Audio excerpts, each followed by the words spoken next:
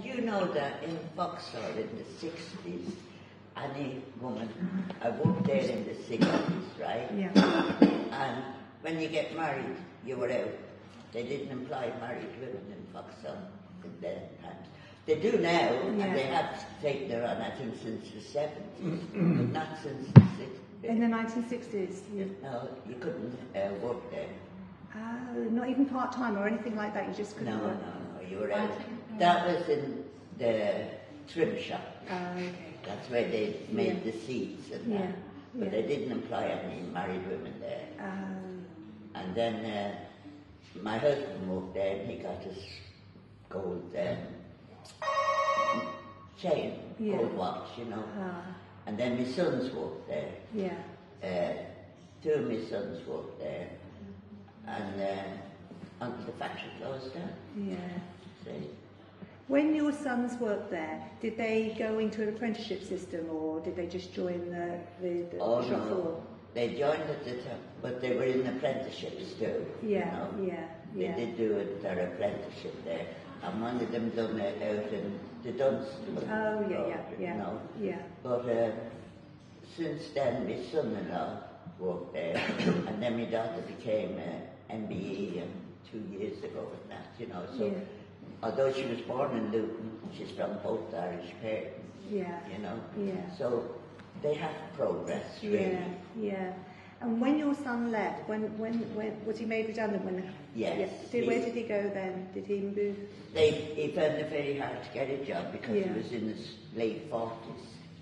And he found it very hard to get a job because Vauxhall, they kept sending him on different courses as well. And he was overqualified for that. He has a terrible job then. You know? So, I mean, they've been in these agency jobs and 0 hours and things like that, you know, that one of them is not even working now, he's still trying to get a job. What area of the town are you from? Farley Hill? Or? No, I'm not far from it. I'm in the town centre, in Ashton Road. Where did your children go to school? St. Margaret's of Scotland, and then the Cardinal Newman. Okay. Yeah. And how did you feel? What was your schooling like? Well, I worked in Vauxhall in the 1959, and then, as I said, when you were married, you were out. So I got out and I started. But before you joined Vauxhall, did you come over for work here from Ireland? I was brought over here with my mother and father and my brothers and sisters, the whole family. But had you finished your school by that time? I was 19. Oh, you were 19. So you've done your schooling in Ireland? I was working in Ireland. And I was working in a good job in Ireland, but my father, he was a carpenter, and he cut his fingers on the saw, and they said that they'd give him a job for the rest of his life, you know, if he didn't claim. So my father never claimed, but he never got a rise, and then as we were growing up, I was earning more money than my father. In 1959, he was only getting £7.05, where I could make up to £10 on piecework in the job I'd done in Chapel Lizard. You know. So your parents decided to come over here. They brought the whole family up. Because they wanted to better themselves. Yes, because my mother's brothers was over here in the army and that, and they were saying how great it is and at least get jobs in Vauxhall. So you'd heard about Luton before you came. You knew Luton was where you were coming to.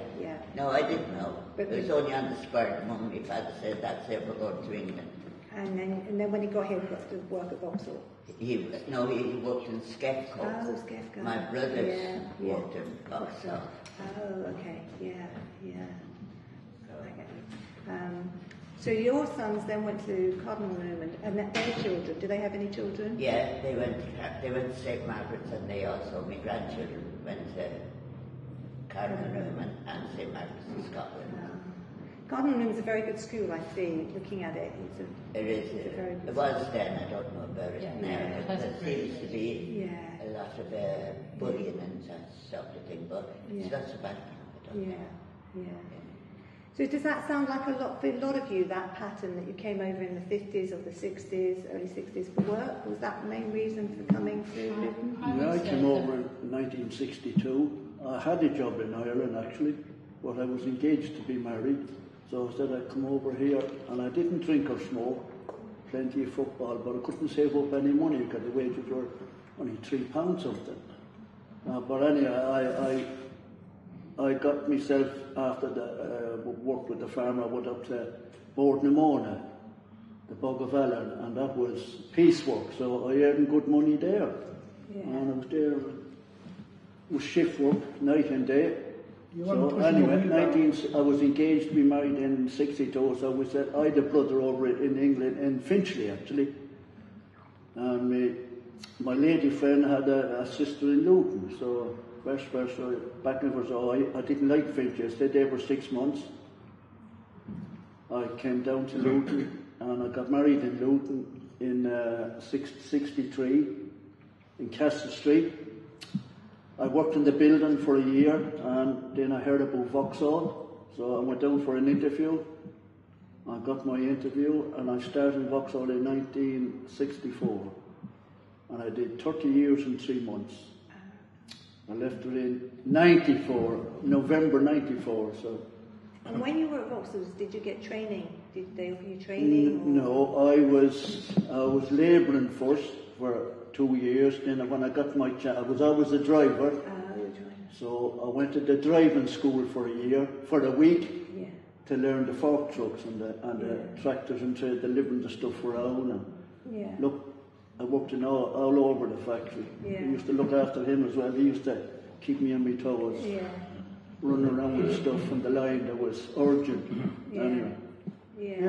So it was month about nights. Then my family started coming up, so it was. How many children have you got? I had 4, 2 of each. And did they went to school in Luton? They did, Lee Manor. So. Oh, they went to Lee Manor. That's Marsh Farm, right? Yeah, Marsh Farm, that's right, So is that where you ended? Yes, I was in Marsh Farm, okay. And are you still in Marsh Farm, or are you? No, I'm still in Marsh Farm. I'm still in the same place. So you've been there during the Vauxhall. We got. I can't remember the year when Vauxhall changed over to IBC. Anyway, they gave it when we went getting. That time we used to get wages every week, but then they changed it to a month. So we got a bit of money for changing over, and that's how I put down my deposit for my house. So Vauxhall to me was a good place to work.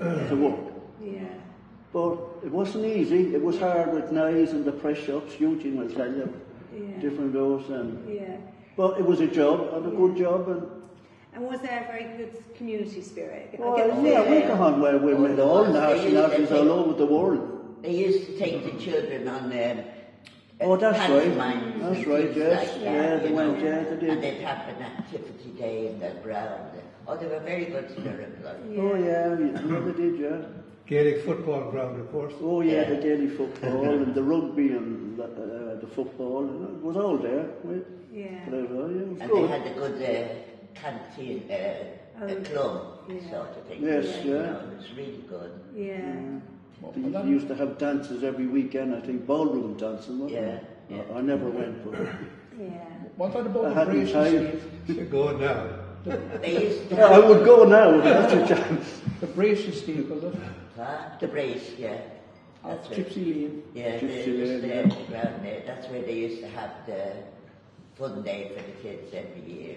And then they used to bring them on to pantomimes into Cambridge for the Christmas. So they were very good. The annual sports meeting used to be held in we had an annual sports day as well. The first time I flew in any sort of aircraft down the Vauxhall Recreation Club, it wasn't in a fixed wing aircraft, it was on a helicopter. There was just a pilot and passengers sitting on either side of it. It cost £1.50, to up in the air a few minutes. 5 minutes.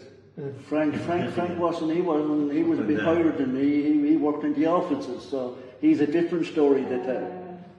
But just to go back, so where were your children? Where did they go to school? Did they went to Lee Manor? And they all went it was there? good school, they all went there, and they all did well. My younger son is an electrician, and my eldest son is he's a good job as well. I don't know. And the two daughters are married. And they're still married in the area. to English people, and they have their own family, so... Yeah, and they still live in Luton area. Oh yes, they're all around Luton. I know where they are, I know if I need them, and they know where I am if they need me. But I do my own job, that's it. And what about the grandchildren? Are they at school age yet? I have 10 grandchildren. Oh, you've got 10 grandchildren. I've one of them 23 years of age. What do they do? Oh, God, don't ask me. Oh, I haven't a clue. Yeah. She's working in London anyway, that's all I know. In London. In some computers, I suppose. Yeah. One of my grandchildren is a hairdresser. Yeah. And the other fellow is in the army. Oh, they all did well, They all did well. Yeah. So you were happy with the schools here? Oh, yeah. Well, yeah. Although I never went to school here, but... For your children? Well, funny you saying that. In 1963, I think it was, I wasn't very well educated. I couldn't spell or write or anything. And this teacher from St. Margaret's of Scotland, I had written a note, and of course it was all rubbish. Yeah. And she said to me, I get you some adult education. And she got me into Charles Street.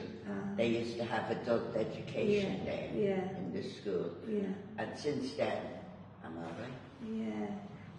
And that was from the school, the children's school? That was from St. Margaret's of Scotland, yeah. First of all, they sent me out a teacher in the house. Yeah. And then they sent me to Charles Street. And when I went to Charles Street, they told me to do a competition. And of course, my spelling was ridiculous. But I done the competition, and I got the best prize, because what I done was about something like what you're doing. Yeah. When I came to Luton, the Arndale Centre wasn't there. You know, things like that. I noticed that thing, you know. So it's different. So for your children, there was a real progression then. They got good schooling. They got good schooling, yeah. One of them became an MBE. Yeah. My youngest daughter. And how did you, when they went to school, how did you feel? Did you feel comfortable with the school? Did you feel you could go up the school? Did you feel intimidated by the teachers? Or I did, because I couldn't spell or I couldn't read. But my husband used to go up and he used to tell me about how good to do it. When they'd come back with their results every year, I used to say, oh, that's great, it's great. And my husband would say, that's bloody rubbish. You know, they can do better than them. And that's big. Do you feel that when you came over you wanted your children to do better? Did you feel that was a big... I didn't think I'd ever get married to have children. I was too religious, girl. Go to church every day and go to... Every day? Yeah. Every day you down to St. Joseph's Church, because I lived on Libre Road. My father lived there. And you'd be around the corner on Monday night, the Legion of Mary, or Tuesday night, or then the Miraculous Medal, and, you know, yes, there was always something on the church. I never thought get mine. Well, as she's saying with the education, I had a problem with education in Ireland. Simple reason I was left-handed. And the nuns used to batter hell out of me because I'd done it. And even now, if somebody came up behind me and I was doing something, I'd stop. I cannot write in front of anybody at the back. I have to come to the front. So you're now right-handed, are you? No, I'm left-handed still. I just said to them, and I decided that I wasn't going to change. And still with battering. And then my mum was doing the same because the nun had told her he has to do it. You know. And then my mum read it in the paper that it was bad to change somebody old from left-handed to right-handed, and then she wrote up and said to them, like, you know, but the harm was done. Like, you know, how did they treat you afterwards when they found out that it was okay? Well, one of the nuns was, I didn't speak to her and she didn't speak to me. Let's put it that way. Like, you mean, because every time there was something like, then my niece started school there, And of course, the first day, she's nervous, she's everything, and she wet herself. Yeah. And of course, there was a puddle on the floor. Yeah. And this nun again got a hold of me and got me in there, and I think she mustn't have liked me anyway. Because I was the nuns. And she says to me, Clean she it said, up. look at that. Yeah. She says, look what your niece just done. She says, you better clean it up. I said, well, I don't do it at home, and I'm not going to do it here. And I grabbed a hold of her and walked home. And I got home, told the mother, she battered me. And I got back to school, got battered again. So I was glad when 15, when I came, even the teacher didn't even know I left school. He came, I worked in the garage, and he came in, and he had a pump shop. And I went out and got it out of the car for him, and I walked in, and he says, what are you doing? I said, I'm fixing your pump shop. He says, but you're supposed to be at school. I said, I've left. That was it, he didn't even know. And no qualifications. No. I don't know much about the Irish system. There was, because in Britain there was this thing that when we introduced compulsory education in 1944, there was a free system, free schools.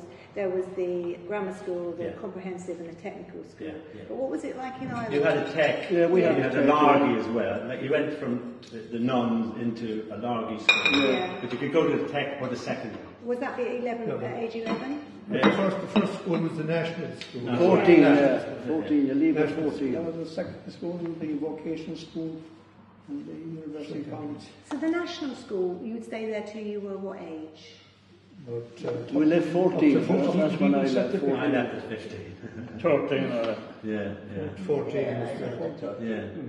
Had to go back again, but didn't I? But the thing is, with the kids these days, the education that they get is fantastic. Oh, fantastic, You can walk in, we had to say sir, and if you didn't know it, the minute he told you something and you didn't know it, you got caned. Oh, you got the slap across the hand. And then, when I went home years afterwards, I met one of my teachers, and he was out on a school night, on a Wednesday night, stone drunk. And that's what, every morning he used to come in, he could hear a pin drop because being drunk still from the night before. Yeah. And he would just get you out and he'd cane you for nothing. Some of them were hard. Oh, they were very hard.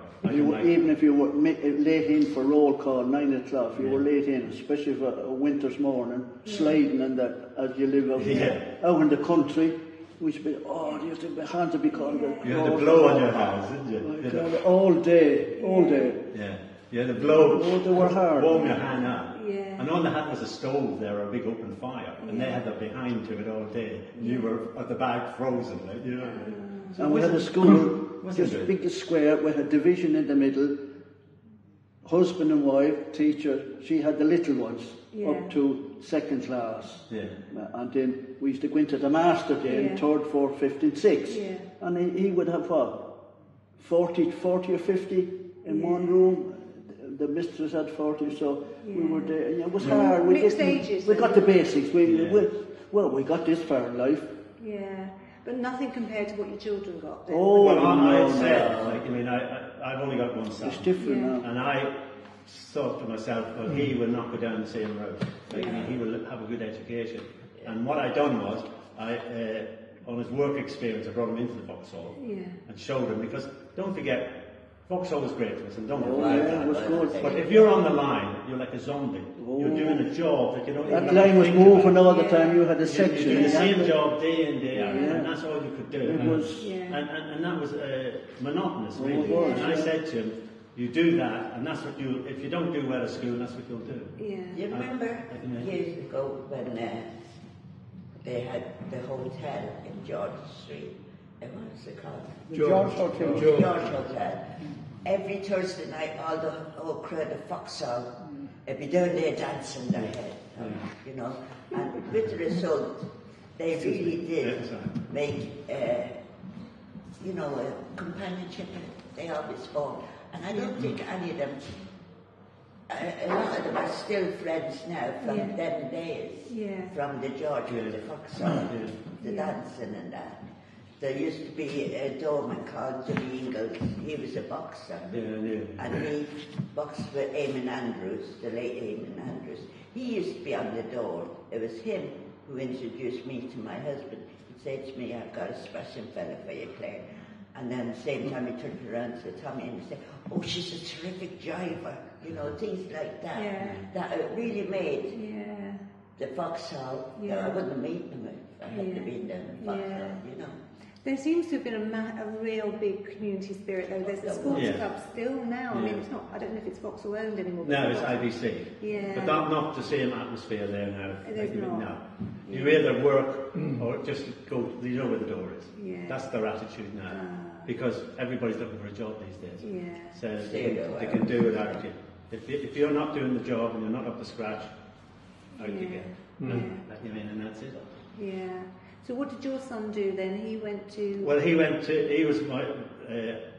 I'm not sure he went to university. Yeah. He went up to Harriet Watts in Edinburgh. Yeah. And he's an electrical engineer now in Manchester. Oh. So Which school did he go to in Luton? He went to Bushmead and then he went to Stopsy. Yeah. Like when we went to Bushmead, we had problems with the head teacher, like picking on him and things like that. And, I went down there and I sorted him out. Why well, you do, don't you? You don't want that. You don't want that. There was days he wouldn't want to go to school. Why was he picked on then? Well, there was young lads like he couldn't spell, but we didn't know this, and they used to say what we did at school, like somebody'd do all the spelling, and then you went out to him, and then he'd ask you the spelling, and then whichever one you missed out on, he'd say to the teacher, "Oh, I missed this one, or I didn't get that one." Yeah. So the same with they were doing it down there. Yeah. And of course, this kid was making fun of him, and on a Tuesday he would not want to go to school. Oh. So we found out then what it was, and we said.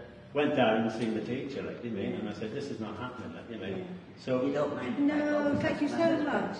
Thank you so much for coming. It's so good to hear.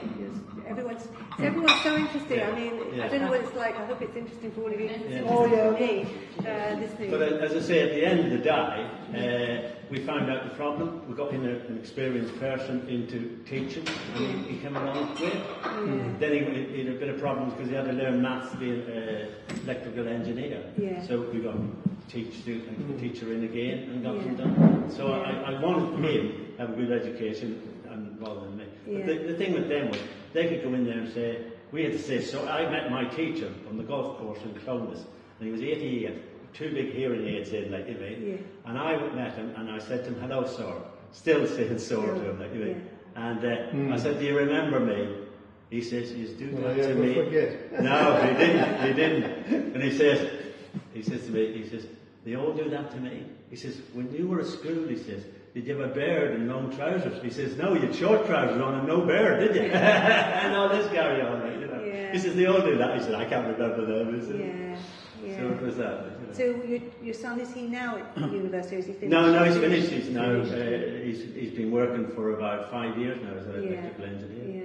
And does he come back to, in Manchester? Yeah, in Manchester. And does he want to come back to Luton, or is he happy? No, he's happy in Manchester because he's settled down. He's married there. He's married a Chinese girl. And I've got a granddaughter now. She's 18 months and she speaks both English and Chinese. I tell you. Wow. I don't know when she swears at me in Chinese if it is swearing. But yes. So the basis of our education, we passed rather quickly over it, we did. And that's very important because most of us came here with very little confidence. That's one of the main things about education is confidence, whether it gives you confidence to be yourself or not. But the Ireland of our years, when we were educated in the national school, the local parish was formed or dominated by the parish priest, the local teacher, and a few of the local Garda Síochána. They were the power people in the community, and very often the teacher was feared. Education was very often based on fear. Correct, you're right. Fear. And that had an absolutely terrible effect on the people who had to immigrate. I mean, the people who arrived here from the immigrant ship had very little confidence in their own self and their own very existence or their own ability. So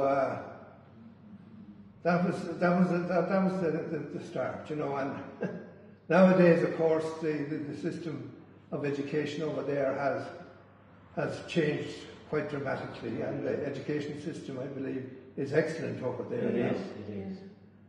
But in our days, fear was the word. Yeah. And the local parish priest, of course, the teacher kind of paid homage to the local parish priest, and the parish priest was the absolute. We were all afraid. We were all afraid. Absolute head of that. We were terrified. Yeah. And there was a lot of physical punishment, it sounds like. Well, this is it. With the strap. That's right. Or the cane. They used to have straps, I think. Or the knuckles in the head. Knuckles? Yeah. Oh. But I just wanted to emphasise that. No, that's the basis from which we came, you know, and we had to make our way here and learn to build our confidence and get educated, and you know, it wasn't easy. Do you think what separated you from the people that didn't come over? Do you think that what made you? Were you aspirational, or were you desperate? What made you think that you came over?